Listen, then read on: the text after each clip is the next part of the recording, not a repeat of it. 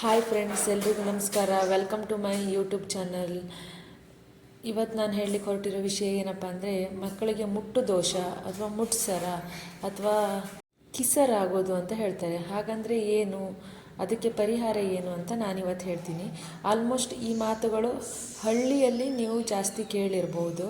ಮುಟ್ಟಾದ ಸ್ತ್ರೀಯರೇನಿರ್ತಾರೆ ಅವರು 1 ವರ್ಷದ ಒಳಗಿನ ಮಕ್ಕಳನ್ನು ಮುಟ್ಟಿದಾಗ ಈ ಕಿಸರಾಗೋದು ಅಥವಾ ಮುಟ್ಟು ದೋಷ ಆಗುತ್ತೆ ಅಂತ ಹೇಳ್ತಾರೆ.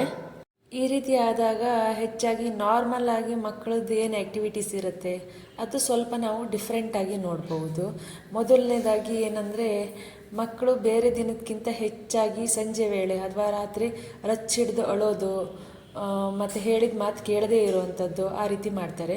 ಮತ್ತು ಕಣ್ಣು ಕಿವಿ ಮೂಗನ್ನು ಅವಾಗವಾಗ ಉಜ್ಕೊಳ್ಳೋದು, ಮೈಯೆಲ್ಲ ಸ್ವಲ್ಪ ತಿಕ್ಕೊಳ್ಳೋದು, ಆ ರೀತಿ ಎಲ್ಲ ಮಾಡೋದಕ್ಕೆ ಶುರು ಮಾಡ್ತಾರೆ.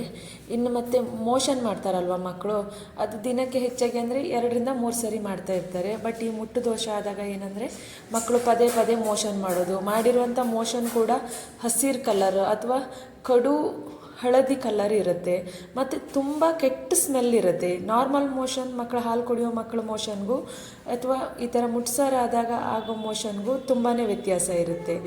ಇನ್ನು ಕೆಲವು ಮಕ್ಕಳಂತೂ ಹಾಲು ಕುಡಿಯೋದನ್ನ ನಿಲ್ಲಿಸ್ಬಿಡ್ತಾರೆ, ಅಥವಾ ಊಟ ಮಾಡ್ತಿರೋ ಮಕ್ಕಳಾದರೆ ಊಟ ಮಾಡೋದನ್ನು ನಿಲ್ಲಿಸ್ಬಿಡ್ತಾರೆ. ಇದನ್ನು ನಾವು ಹೆಚ್ಚಾಗಿ ಹಳ್ಳಿ ಕಡೆ ನೋಡ್ಬೋದು.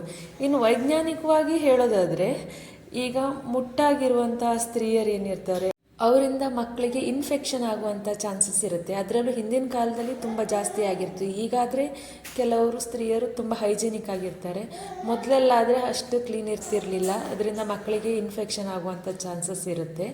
ಮಕ್ಕಳು ಕೂಡ 1 ವರ್ಷದ ಮಕ್ಕಳು ಅಂದರೆ ತುಂಬಾ ಸೆನ್ಸಿಟಿವ್ ಆಗಿರ್ತಾರೆ. ಆದರೂ ಕೂಡ ಮಕ್ಕಳ ತಾಯಿನೂ ಕೂಡ ಹೀಗೆ ಮುಟ್ಟಾದಾಗ ಸಹ ಹಿರಿಯರು ಹೇಳ್ತಾರೆ ಏನಂದರೆ, ತಲೆ ಸ್ನಾನ ಮಾಡಿ ಮಕ್ಕಳಿಗೆ ಇಳೆ ತೆಗಿಬೇಕು, ತಲೆಗೆ ಹರಳೆಣ್ಣೆನ ಹಾಕ್ಕೊಳ್ಬೇಕು ಅಂತ ಹೇಳ್ತಾರೆ. ಇನ್ನು ಕೆಲವರು ಈ ಹಾಗಲಕಾಯಿ ರಸ ಬಳಸಿ ಅಥವಾ ಇದು ಸದಾಪಿನ ಸೊಪ್ಪು ಅಂತ ಬರುತ್ತಲ್ವ, ಅದರದ್ದು ರಸ ಬಳಸಿ ಕೂಡ ಮಕ್ಕಳಿಗೆ ಮೈಗೆಲ್ಲ ಹಚ್ಚುವಂಥದ್ದು, ಮೋಷನ್ ಮಾಡುವಂಥ ಜಾಗಕ್ಕೆ ಹಚ್ಚುವಂಥದ್ದು ಮಾಡ್ತಾ ಇರ್ತಾರೆ.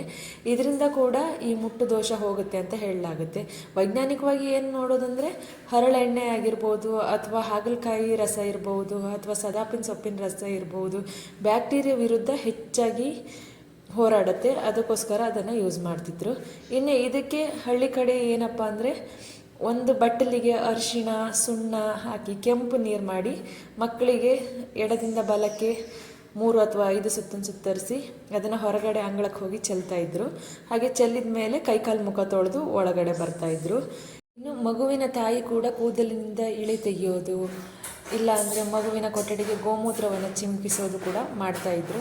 ಇದು ನಮ್ಮ ಅಮ್ಮ ನನಗೆ ಹೇಳಿರುವಂಥ ಸಲಹೆ. ನಿಮಗೂ ಇಷ್ಟ ಆಗಿದ್ದರೆ ಶೇರ್ ಮಾಡಿ. Thank you.